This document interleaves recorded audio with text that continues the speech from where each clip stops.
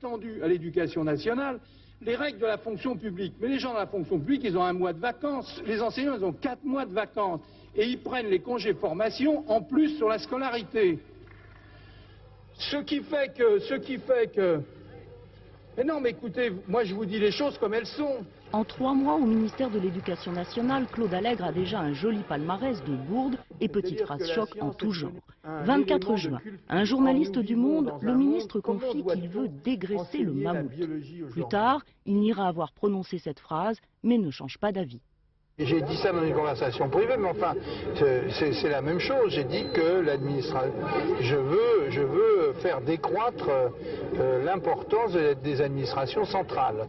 Dans son discours de rentrée, Claude Allègre s'attaque à la semaine de 4 jours, aux syndicats surpuissants dans l'enseignement et aux heures supplémentaires des professeurs. 2 jours plus tard, il va beaucoup plus loin.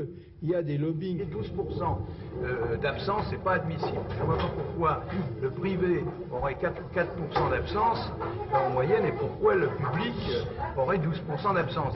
Le lendemain, il corrige, reconnaît qu'il s'est trompé dans les chiffres. Que j'ai confondu 2 chiffres, 12% entre les enseignants qui ne sont pas en phase de classe et les taux d'absentéisme, je n'en disconviens pas, mais le fond qualitatif du problème reste le même.